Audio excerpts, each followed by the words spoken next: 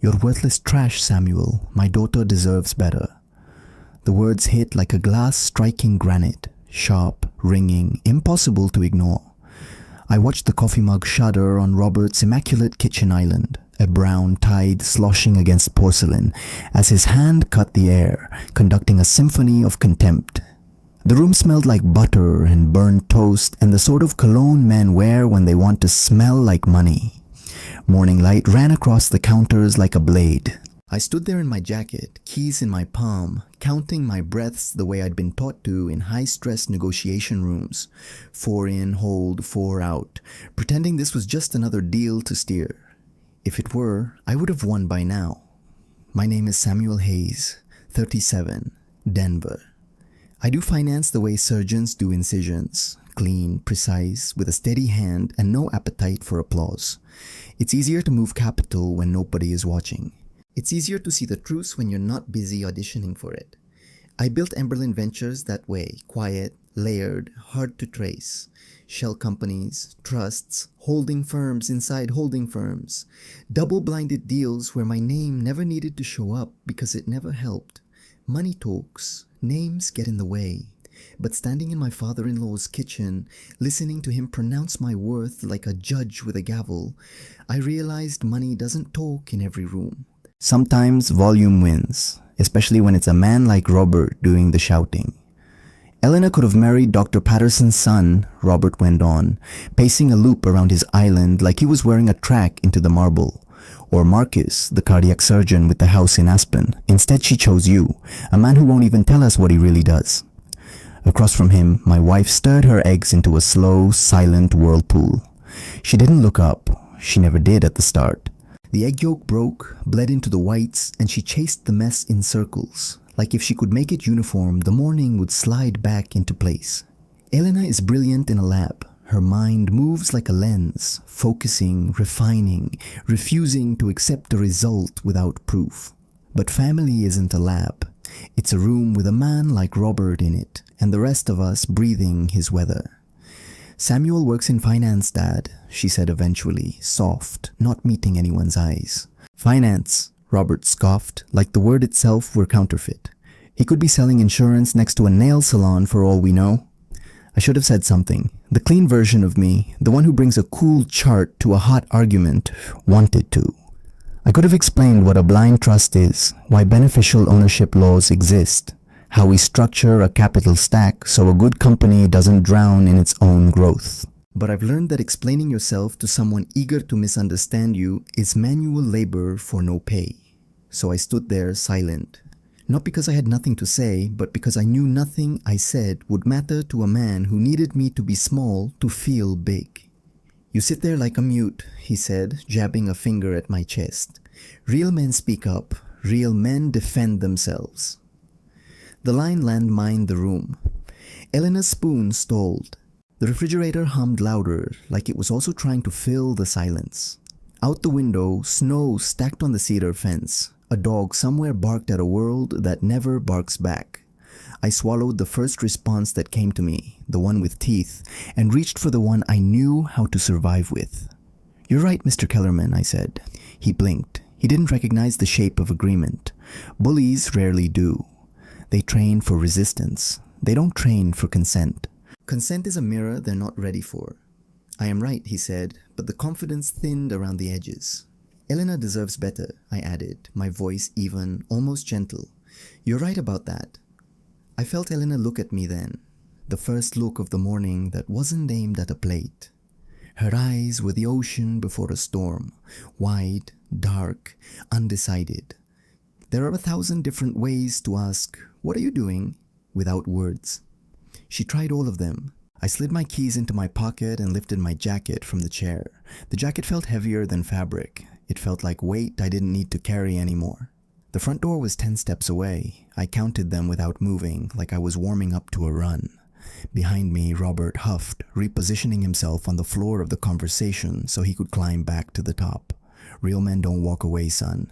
I turned the handle. Cold bled through the seam of the door and brushed my face like a warning and a promise.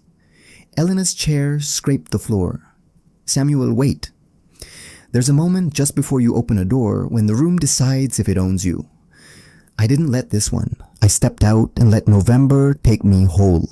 On the porch, the air had that metallic bite that tells you snow is near, even if the sky still pretends it's fine. My breath left in white ghosts. The neighborhood was a list of expensive quiet, sculpted hedges, brick warmed by sun, cars that made statements even when off. I put my jacket on slow, fingers through one sleeve, then the other, the way you do when you're trying not to shake. Here's the thing about humiliation. They tell you it's public, that it needs witnesses to function. That's only half true. Humiliation can be surgical. It can happen at a kitchen island with an audience of 2, and it will carve something out of you so clean, you won't feel the loss until you try to use it. I'd been cut by Robert so many times, I'd stopped noticing the bandages. This morning just happened to be the one where I saw the blood on the floor. I walked to the car, opened the door, and sat without starting the engine. A sparrow bounced on the hood like it owned the steel. Somewhere in the house behind me, voices rose. Elena's soft, Robert's sharp, the duet they always sang when the music called for me to be quiet. I closed my eyes and pictured a spreadsheet because that's what I do when people become too loud to analyze. Rows, columns, numbers that don't lie because they can't. A clean grid where the only power that matters is what adds up and what doesn't. What added up? 3 years of public disrespect. 0 interventions from the person wearing my ring. A man who measured worth in volume. A son-in-law who let him. What didn't add up? Staying. It's strange, the calm that arrives when you make a decision big enough to change your weather. My hands stopped shaking. The cold felt like clarity instead of punishment. I turned the key, the engine caught, and the dashboard lit up like a small city returning to power after a storm. In the rear view, the front door opened. Elena's silhouette filled the frame, then resolved into her. Hair pulled back, sweater sleeves pushed past her wrists, the way she wore them when she was nervous. She didn't come down the steps. She just stood there, one hand on the doorframe, her mouth a line of words she wasn't ready to use. I lifted a hand, not a wave, just a marker, a small flag planted in the moment so we'd both remember where the road split. She lowered her eyes first. She always had. It killed me to watch her choose smallness in rooms that punished smallness. But that's the thing about family. Fear gets inherited like dishes. People pass down the silence that kept them safe even when there are other ways to live. I pulled away slow. The tires whispered against the curb, the way tires do when they're leaving a place they've left too often. The neighborhood emptied behind me into the wider map of the city. Denver opened like a file. Streets I knew by exit number and deal memory. I drove with both hands on the wheel and the radio off, giving the morning the respect you owe something that's ending. It would be easy to cast myself as the patient man in this story. The one who absorbed insult with grace. The one who chose principle over pride. But the truth is meaner. I had stayed because I believed my silence was a strategy. That if I kept my face neutral and my answers vague, I could outlast Robert's noise. You can outlast weather, you can't outlast climate. The climate in that kitchen was contempt. You don't survive contempt. You just take on its shape. At a red light, I watched a father and son cross the street. The boy launched himself into the slush banks like they were mountains. The father didn't say, "Be careful," the way parents do when they mean, "Don't make me afraid." He just matched the boy's pace and let him fall into his own laughter. I thought about all the ways we teach people what to expect from us. About how Elena had learned to stir eggs while storms passed. About how I'd learned to equate quiet with strength even when it was cowardice dressed in a better suit. The light turned green. I drove on. I wish I could tell you I had some grand plan in that moment, that I knew exactly what I would do next, that the chessboard was already mapped, that the next 3 moves were signed and notarized in my mind. All I had was a direction, away from a table where I had become an object lesson in the kind of man not to be, away from a house where love meant letting someone else define it, away from a room where the only version of me allowed to exist was the one that made Robert feel tall. You don't realize how heavy another man's opinion is until you stop carrying it. By the time I reached the main road, my body remembered a posture I hadn't used in months. Shoulders unhooked, jaw unclenched, Hands like hands instead of fists trying to pass us fingers. The world didn't look brighter, it just looked honest. The city's edges came back into focus. The construction cranes, the old brick mills turned into cafes, the sky so wide it could swallow your excuses and still have room for a plane. By the time I turned into my driveway, I knew one more thing. Love without advocacy is theater. I loved Elena. She loved me. But love that doesn't stand up can't stand. I cut the engine and sat there long enough for the windshield to fog where my breath hit it. The house looked back at me with the blank expression of real estate. Siding, windows, a door. Nothing sentimental about it. Places don't hold you. You hold yourself in places and call it home. Inside, I hung my jacket, set my keys in the dish, and pressed my palms into the edge of the console table until my fingers whitened. Somewhere, a heater rattled to life. I stared at my reflection in the hallway mirror. The suit that still fit, the face that looked like mine but older, the eyes that belonged to a man who could do more than endure. "You're right," I said aloud, and this time I meant it differently. Not to Robert, to myself. Elena deserves better. So do I.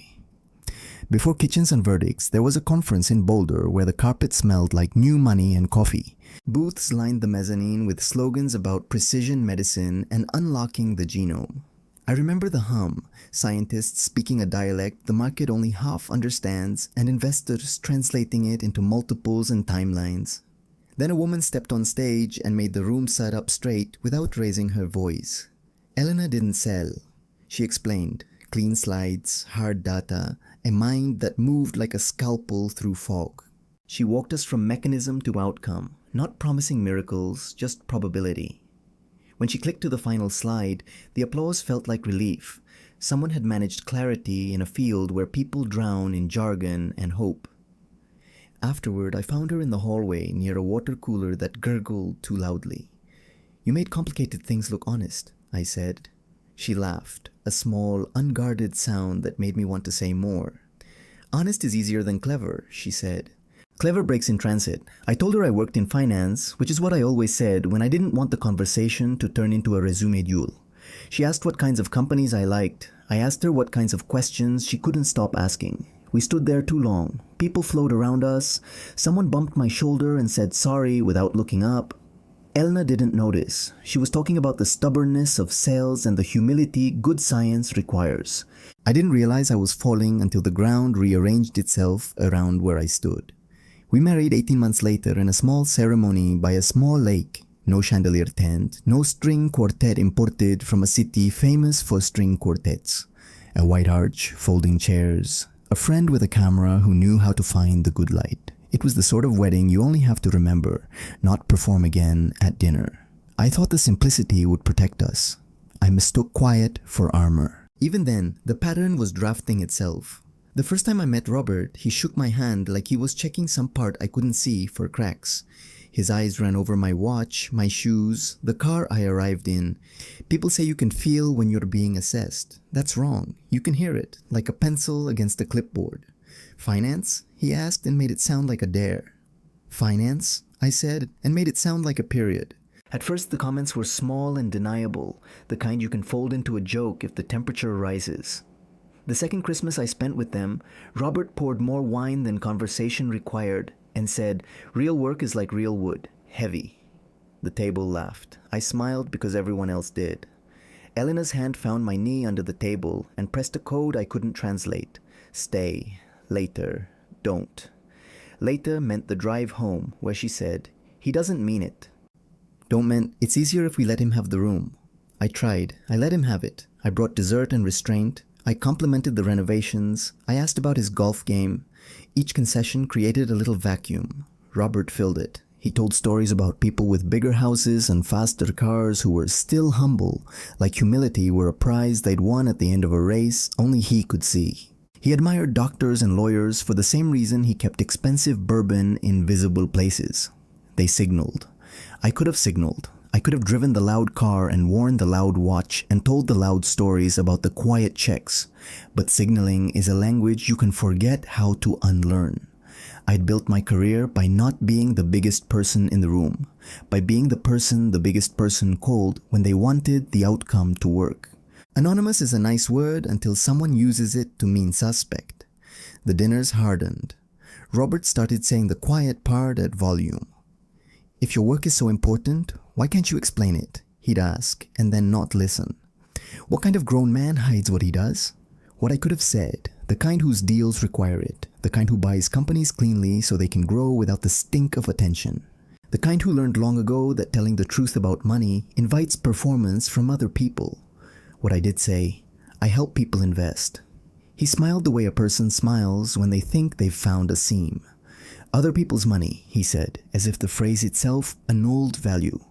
By our third year of marriage, I had become a regular prop in Robert's cautionary tales. He would compare me to men he admired not because of anything they were, but because of how easy they were to display. Marcus did 12 hours in the OR and still made it to his daughter's recital. Now that's commitment. Or Patterson's boy closed on his second property. At his age. The worst part wasn't the insult. Insults are blunt objects. You can see them coming and decide whether to duck. The worst part was the way the room shaped itself around Robert's narrative. People shifted in their chairs. The laughter grew careful. Eyes skittered away from mine and landed wherever there wasn't a person. And Elena, God. Elena stirred something. Tea, sauce, eggs. She stirred the way a person does when the action replaces speech. We had a fight once. Not even a fight, a dangerous quiet. After a dinner where he told a story about a consultant who couldn't commit to real work. On the drive home, snow needled the windshield, and the defroster breathed hard. "You could tell him to stop," I said. She held the steering wheel at 10 and 2 like a driver's ed photo. "He won't," she said. "That's not an answer. It's the truest one I have." "What about the truest one you want?" Her jaw flexed. "You don't understand," she said, and I believed her, which was part of the problem. I didn't understand the economy of that house, the way respect was rationed, how much it cost her to spend any of it against the man who collected it. In my world, power moved along lines you could draw on paper. In hers, it moved along bloodlines and decades. Here's where I tell you the thing I didn't want to see. I was part of the pattern. I told myself I was being strategic, silence as posture, quiet as leverage. The truth is simpler and uglier. I was afraid to rupture a system that kept the peace, even if the peace required me to stand there and be measured against a ledger I hadn't agreed to. Work was easier. Work is always easier. Numbers don't need your permission to be what they are. I spent days in rooms where the only question was whether a company could do what it claimed, whether management was honest, whether the unit economics could survive the weather. I said no more often than I said yes because capital is oxygen, and you don't hand a lit match to a man who thinks fire is a suggestion. That's when I found Nexora. I wasn't looking for Robert. I was looking for something that made sense, a med tech that knew its limits, a management team that heard its own scientists, a pipeline that didn't depend on a miracle no one could name. Someone sent over a data room link with a familiar surname, buried 3 tabs deep. Nexora Labs. CEO, Robert Kellerman. I clicked. The financials were a quiet scream. Cash burn that read like an injury report. Revenue that didn't know how to keep a promise. Debt that grew the way bad weather does. Slowly, then suddenly. There were board minutes with hollow optimism, press releases that said breakthrough more than the science could afford, and a timeline for a launch that had already come and gone. In the risk disclosures, a sentence that might as well have been a confession. Regulatory outcomes remain uncertain due to stability questions during trials. Stability questions. I asked for more, the way you do when you suspect the first answer is the friendliest one. Clinical summaries, internal memos, a list of senior departures. That's where I saw her, not her name. No, Elena had quit before the memo got filed.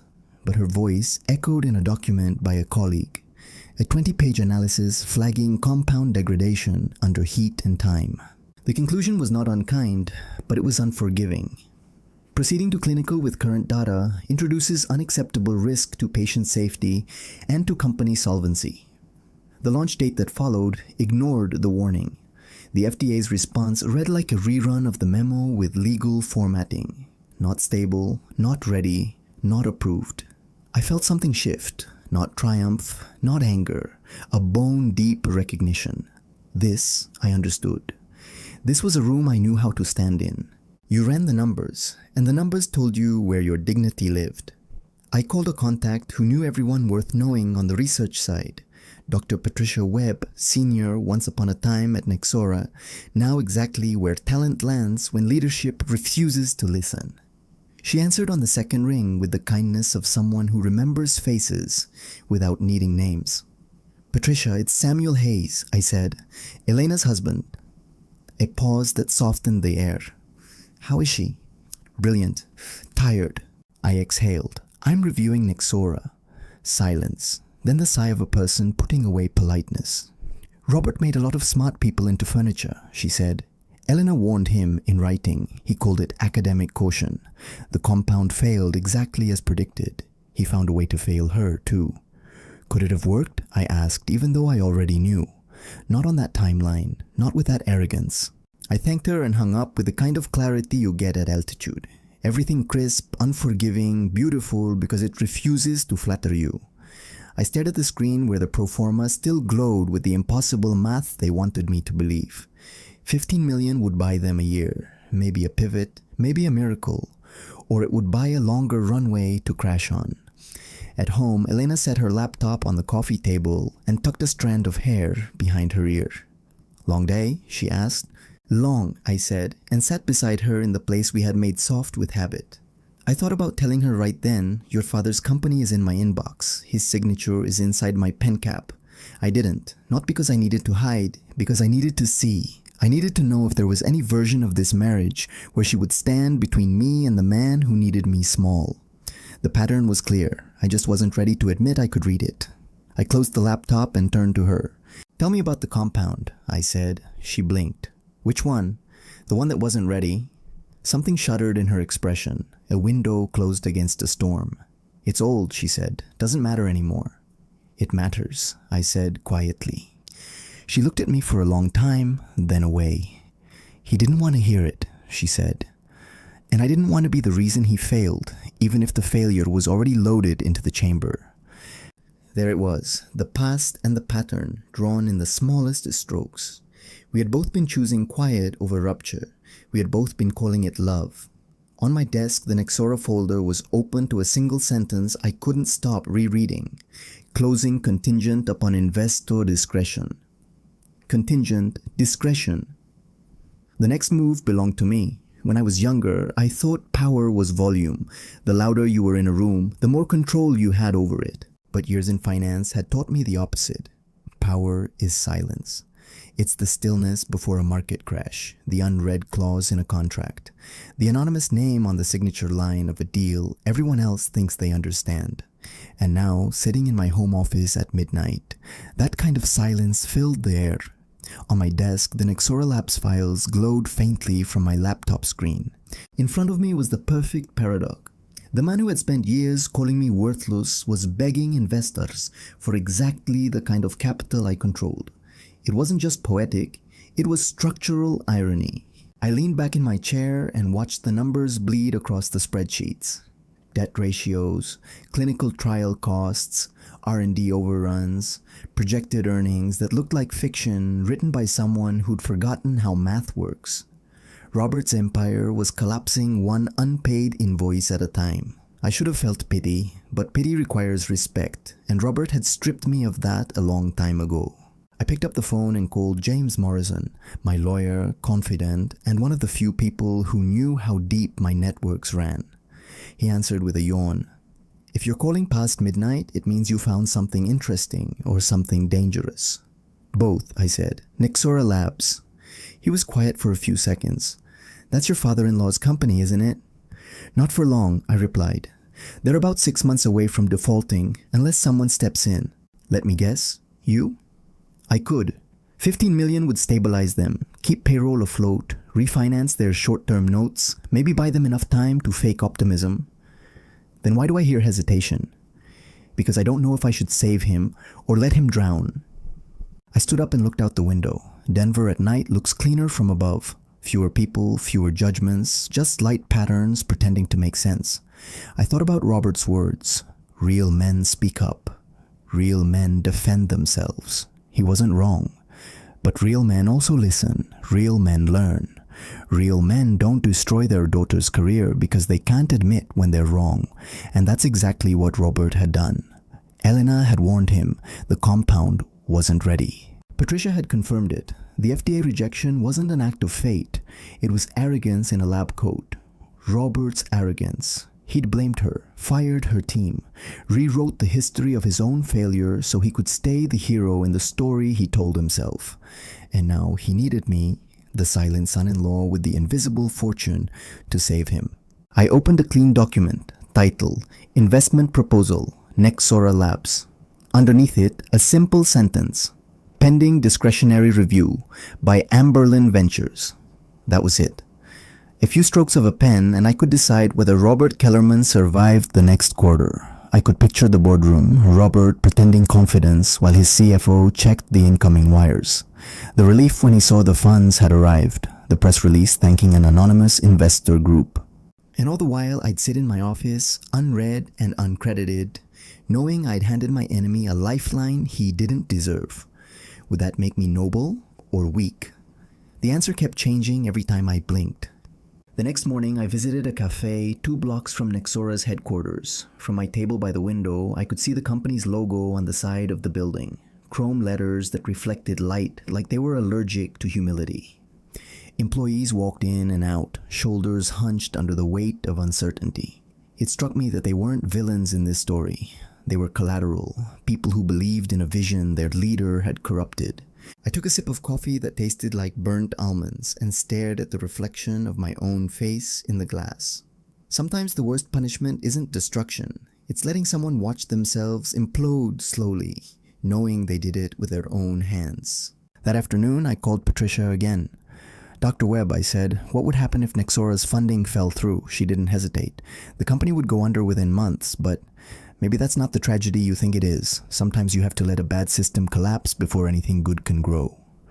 Her words hit like truth often does. Quiet, undeniable, and unwelcome.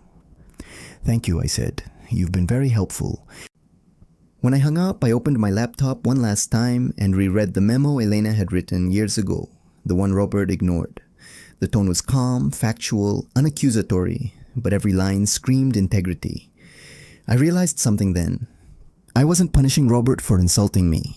I was punishing him for silencing her. That night, I didn't sleep. I drafted 2 scenarios, one where I invested, one where I didn't. Scenario 1, invest. Robert's company stabilizes. He saves face. Elena remains caught between loyalty and guilt. I remain invisible, funding the man who mocked me. Scenario 2, walk away. Robert's empire crumbles. His arrogance collapses with it. The truth about his leadership becomes undeniable. Elena faces reality. I reclaim my dignity. Numbers don't lie. Scenario 2 had a higher emotional ROI. In the morning, I called James again. I've made my decision, I said. Which way? No investment, withdraw all preliminary documents, but I want the termination to be public. He hesitated. That's unusual for you. You like the shadows. Not this time. I want him to know exactly who walked away. James exhaled. You sure you're not letting pride make this call? Not pride, I said. Principle. He didn't argue. I'll have the withdrawal drafted by tomorrow morning. 10 a.m. Delivery. After I hung up, I sat there for a long while, staring at the morning sunlight breaking across my office floor. This was the first time in years I'd felt calm while doing something that could ruin someone. Maybe that's what justice really is. Peace disguised as consequence. I closed my laptop and looked at the framed photo on my desk, Elena at her university graduation, smiling at the future. For a moment, guilt crawled up my throat. She didn't deserve to be caught between 2 men who measured everything in worth. But guilt doesn't erase truth. Robert had treated me like an invisible man. So that's what I became. Invisible until it hurt him. At 10:17 p.m., I sent James a message confirming the withdrawal. He replied with a single line, sometimes the best investment is the one you don't make. I smiled. He was right. The next move was no longer about finance, it was about respect. The currency Robert had spent years devaluing without realizing one day the market would close. I shut off my computer, turned off the lights, and sat in the dark for a while. Outside, Denver slept under a thin coat of snow. Tomorrow would be the day the man who called me worthless trash learned the price of underestimating silence. 3 weeks after that morning in Robert's kitchen, I found myself back in the same house. This time it wasn't breakfast, it was Elena's birthday dinner. Her sister had decorated the dining room with white flowers and gold ribbons, trying to make the evening feel light. But there was something heavy hanging between the candles. Something unsaid, like smoke, that refused to clear. Robert was in his usual position at the head of the table, glass of wine in hand, already narrating the night like a showman in his own play. I could tell from the flush in his cheeks that he'd started early. I should have left when I walked in and saw that grin, the one he wore before he started throwing darts disguised as conversation. Harold just bought a 40-foot yacht, Robert announced, raising his glass. Cost him more than most people make in 5 years. Everyone chuckled. Harold, his brother-in-law, gave a modest shrug, pretending to be embarrassed. Then Robert turned to me with that predatory gleam that always came right before he struck. What about you, Samuel? Any big purchases lately? New car? Investment property? Or maybe you're saving up for something special? It wasn't the question, it was the tone. Mocking, performative, the way he said saving up as if I was still applying for credit instead of financing companies that funded people like him. Elena's hand found mine under the table, a silent plea. Don't, just let it pass. But Robert wasn't finished. I mean, let's be honest here, he said, swirling his wine. My daughter's a brilliant scientist. She's published in journals, speaks at conferences. She could have married anyone, a doctor, a lawyer, someone with real prospects. Then came the pause, the smile. Instead, she settled for... He gestured vaguely toward me. Well, we all make mistakes. The table went dead quiet. Even Harold looked down at his plate, his fork frozen halfway to his mouth. I looked at Elena, really looked at her. She wasn't angry. She wasn't even shocked. She was embarrassed, not for her father's behavior, but for me. That was the moment the floor disappeared, because that's when I knew she agreed with him. Maybe not fully, maybe not consciously, but enough to stay silent, enough to let me burn for her comfort. I set my napkin on the table and stood up. Robert smirked. Going somewhere? You're right, I said quietly. She does deserve better. The smirk faltered. Elena's face drained of color. I leaned over, kissed her forehead, and walked out of the house without another word. The drive home was silent except for the hum of the tires and the dull rhythm of my heartbeat in my ears. For months, I'd been preparing documents for Nexora Labs, a $15 million investment that would have saved Robert's company. It was done. The money was ready. The paperwork was sitting in a folder on my desk, waiting for my signature.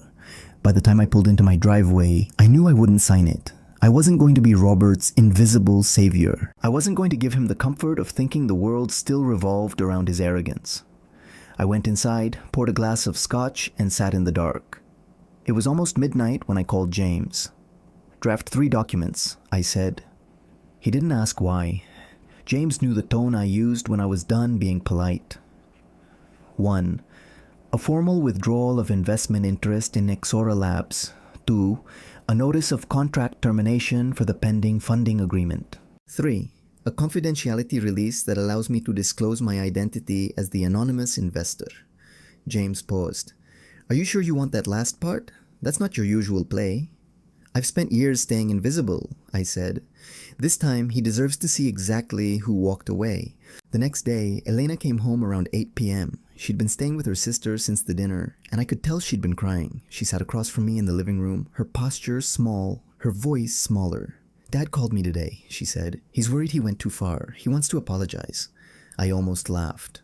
Worried? I repeated. Your father doesn't get worried. He gets inconvenienced. Please, Samuel, he's trying. No, I said. He's calculating. He needs something. Her eyes narrowed. You're still angry. Angry? I leaned forward. Elena, he called me worthless trash in front of your entire family and you said nothing. I didn't know what to say. Try stop. Try that's my husband. Try enough. Tears welled up, but I didn't stop. You've never once told him to stop insulting me, not once in 3 years. He doesn't mean it, she said, voice cracking. He gets angry when people confront him. So you chose his comfort over my dignity. That's not fair. It's the truth. She buried her face in her hands. I love you, she whispered. I know, I said, but love isn't enough when you won't fight for it. She left an hour later. The sound of the door closing was quieter than I expected, but it felt final. The following morning, I woke early and drove to my office. At 9:50, James called. Everything's ready, he said. Delivery at 10 sharp. I nodded, staring out at the Denver skyline. Send it. 10 minutes later, Nexora Labs officially lost its lifeline. I didn't feel triumphant. I felt clean, like I'd finally stepped out of something rotten. At 10:23, my phone rang. Elena. Samuel, she said, her voice trembling. Something's happened. Dad's company just lost their major investor, $15 million. He's falling apart. I'm sorry to hear that. The lawyers won't tell him who pulled out. They said it was an anonymous group, but now they're claiming breach of confidentiality. He's talking about bankruptcy. Samuel, please. Do you know anyone who could help? The irony nearly made me laugh. She was asking me to help find the investor. Me. I'll see what I can do, I said. After I hung up, I scheduled 3 messages to send the next morning at exactly 10 a.m. 1 to Robert, 1 to Elena, and 1 to James. By tomorrow afternoon, everyone would know exactly who they'd been dealing with. That night, I went through Nexora's files one last time. Every document, every report confirmed the same thing. Robert's downfall wasn't bad luck, it was bad leadership. He'd pushed a product that wasn't ready, ignored his scientists, fired the ones who dared to disagree. Even Elena, his own daughter, had tried to stop him. And now the man who prided himself on power was about to learn what it feels like to need someone he considered worthless. The next morning I woke before sunrise, made coffee, sat at my desk, watched the seconds crawl toward 10. When the clock struck, 3 messages left my outbox. At 10:02 my phone buzzed. Elena. Oh my God, she whispered. Samuel, it's true, isn't it? You were the investor? Yes, I said. Amberlin Ventures was me. I was the anonymous funding source your father's company needed. But why? Why didn't you tell me? Because I wanted to see how your family would treat someone they thought was beneath them. Her breath hitched. So this was a test? No, it was an investment. Until your father called me worthless and you said nothing. Samuel, she sobbed, this is my father's life, his company. Please don't destroy it because your pride is hurt. This isn't about pride, it's about respect and consequences. She started crying. We can fix this. I'll talk to him. It's too late. I hung up before she could finish. 5 minutes later, the phone rang again. Robert. You son of a... You think this is funny? You think you can destroy my company because I hurt your feelings? No, Mr. Kellerman, I said calmly. I'm just letting your company succeed or fail on its own merits, without my money propping it up. You had a deal. We had a proposal. Nothing signed. No law broken. Silence. Then smaller. What do you want? Nothing. I just want you to understand what it feels like to need someone you consider worthless. And then I hung up. It was over. Not with fireworks. Not with vengeance. Just quiet consequence. The kind that lasts. When I hung up on Robert, I sat in silence. No victory music, no cinematic thunder, just the hum of my computer and the faint ticking of the wall clock. The sound of justice is never loud, it's quiet. It's the sound of someone finally understanding that your silence was never weakness. Outside, snow was falling again, that slow, deliberate kind that doesn't rush to cover the earth, it just insists. A steady, unignorable reminder that nothing escapes the cold forever. I poured another cup of coffee, but it went untouched. My phone buzzed twice, 3 times. Robert, Elena, then a 4th number I didn't recognize. I turned it face down. I didn't need to hear what I already knew. Panic, disbelief, bargaining. There's a point in every man's downfall when the anger stops sounding like fury and starts sounding like fear. I imagined Robert pacing his glass-walled office, shouting into the phone, demanding answers from people who couldn't give him any. For the first time, he'd found a problem that couldn't be fixed by intimidation or charm. By evening, my lawyer James called to confirm delivery of the withdrawal papers. Samuel, he said carefully, I got confirmation from their legal department. Robert read the termination clause himself. The man's apparently furious. Good, I said. I also received a call from a junior analyst over there. Word spreading fast that the investor was you. Perfect. James exhaled through his nose, that long, low sound he made when he was trying not to lecture me. You know this isn't going to stay confined to them, right? Once the story leaks, you'll be the guy who pulled the plug on a major biotech company. I'm fine with that, I said. I don't hide from the truth. I just make sure it's earned. There was a pause, then, "You're sure this is what you want?" I looked out the window at the snow-covered street, the soft orange glow of a street lamp cutting through the dark. "For once, James," I said, "I'm absolutely sure." That night I got another call. Elena again. I let it ring twice before answering. "Samuel," she said, her voice trembling, "he's falling apart. He hasn't eaten. He barely sleeps. He keeps saying you ruined him." "He ruined himself," I said. "I just stopped paying the bill for his arrogance." "You could fix this," she pleaded. "You could call the lawyers, reinstate the deal. Just, please, think about the people who work there." Her voice cracked on the last word. I closed my eyes. I have. Every single one of them was working for a man who ignored science, punished honesty, and built a company on ego. They deserve better leadership. "Better leadership doesn't pay their rent," she snapped. I stayed quiet. After a moment, she whispered, "You've changed." "No," I said. I finally stopped pretending. She was quiet for a long while, then said softly, "I loved you because you were kind." "I still am," I said. "I just stopped being kind to people who confuse it with submission." There was a faint sound, maybe a sob, maybe breath. "Goodbye, Samuel." The line went dead. I stared at the phone, but I didn't feel anger, only that dull ache that comes when you lose something that was already halfway gone. The next few days unfolded like slow-motion collapse. Reports came in from industry contacts. Nexora Labs' board had called an emergency meeting. 2 other potential investors withdrew their interest within 48 hours, spooked by the uncertainty. A few days later, a local business journal ran a story. Nexora Labs faces financial turmoil after anonymous investor withdraws. Of course, the anonymity didn't last long. By the end of the week, my name surfaced, not because I announced it, but because Robert couldn't stop talking. He told anyone who would listen that I'd betrayed him, that I'd used inside information, that I'd set him up. But the industry's memory is long. Too many people had worked with me, trusted me, known the integrity of my deals. His words found no traction. Instead, the story spread in a different direction. People began whispering about Nexora's reckless leadership, about their ignored safety warnings, about how a CEO's pride had sunk a promising company. Within days, the headlines changed. Nexora Labs under scrutiny for mismanagement. Internal documents reveal ignored warnings on failed trial. The internet did what it always does. It connected dots that were already there, just waiting for light. One night, around midnight, James forwarded me a link to a leaked internal memo, the one Elena had written. Her name was redacted, but I recognized her phrasing instantly, her logic, her precision. She'd been right all along, and Robert had destroyed her for it. I leaned back in my chair, staring at the screen, and for the first time since all this started, I felt something like sadness. Not for Robert, not even for Elena, but for the version of us that might have survived if pride hadn't been hereditary. A week later, a letter appeared in my mailbox. No stamp, no return address, just my name written in Elena's handwriting.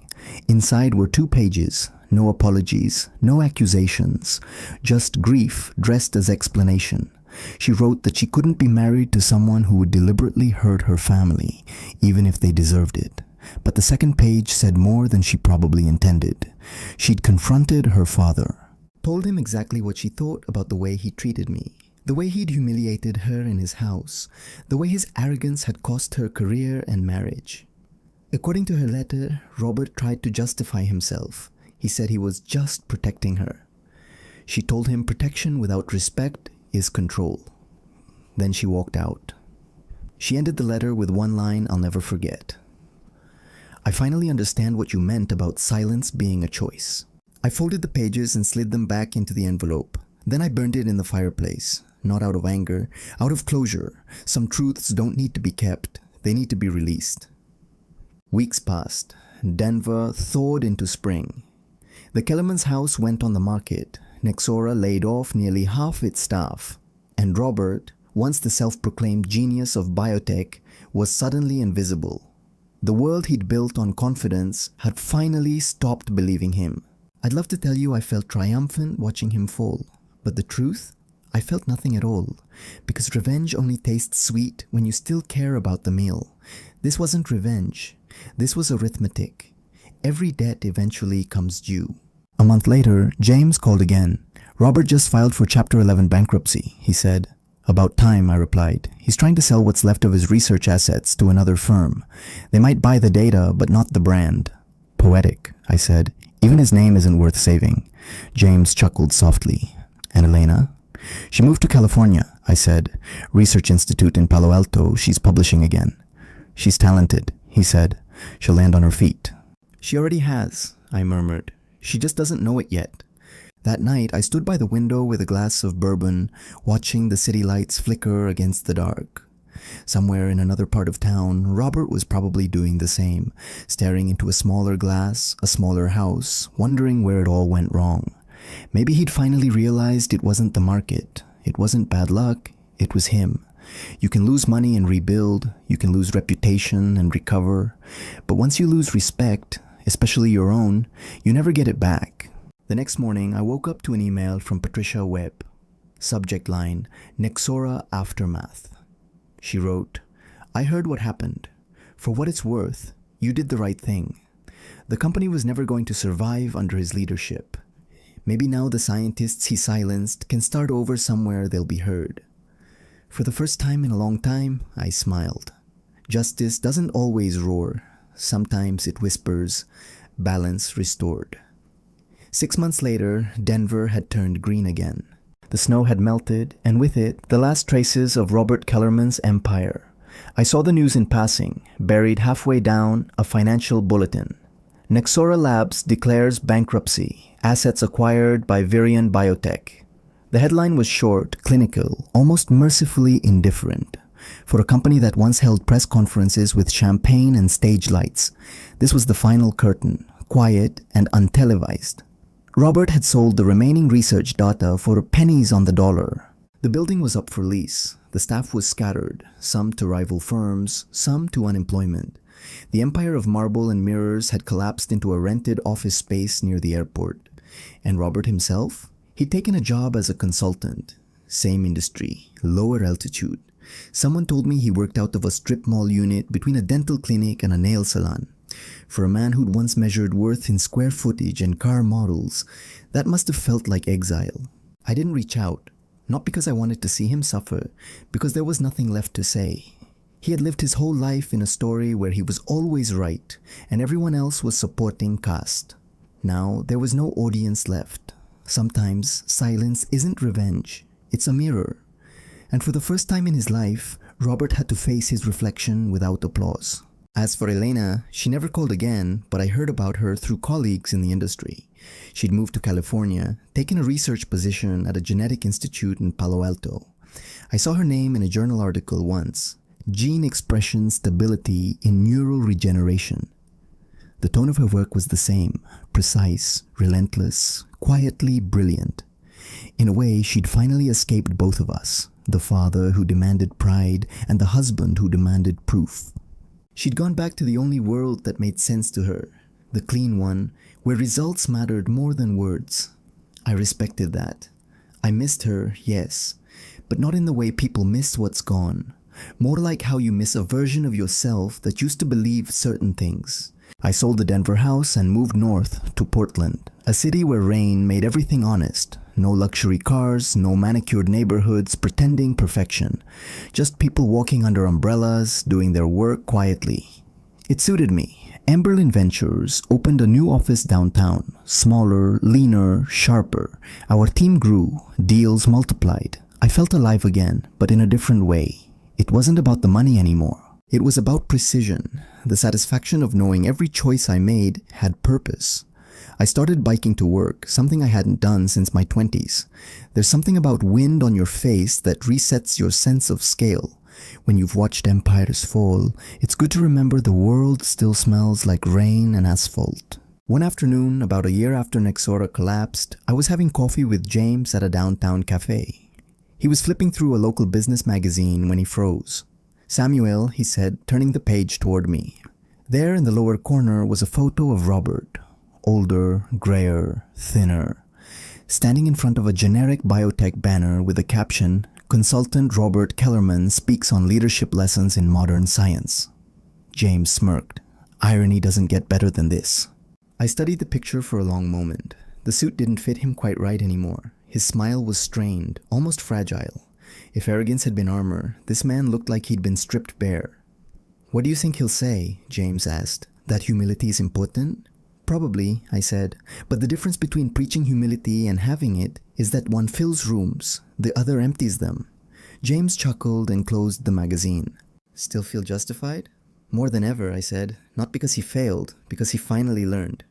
That night, I went home and poured a drink. The city outside was wet with reflected neon, greens and purples, trembling across puddles, like they didn't know which direction to settle. I turned off the lights and sat by the window, letting the hum of rain fill the room. I thought about everything that had happened, the dinners, the insults, the betrayal, the silence. I thought about how love can become a negotiation when respect is missing, and how sometimes walking away is the only way to make someone listen. Then, somewhere between the sound of thunder and the heartbeat of the rain, I realized something simple. Robert didn't destroy my peace. He revealed what kind of peace I'd been defending, the kind built on approval, the kind that required someone else's permission, the kind that dies quietly every time you swallow your pride for the sake of keeping the table comfortable. Never again. A few months later, I attended a private investment summit in Seattle. In a conference room full of investors and founders, I was introduced to a new biotech startup, led by a woman who once worked for Nexora Labs. She recognized my name, paused, then said, "You're that Samuel Hayes." I nodded. She smiled. "Good, because you did the right thing. If you hadn't walked away, none of us would have left either. We'd still be building someone else's ego." Her words stayed with me the entire flight home. It hit me that justice doesn't always happen in courtrooms or headlines. Sometimes it happens quietly, in other people's courage. Weeks later, I received an envelope in the mail. No return address again, but I knew the handwriting immediately. Elena. Inside was a single page, typed short.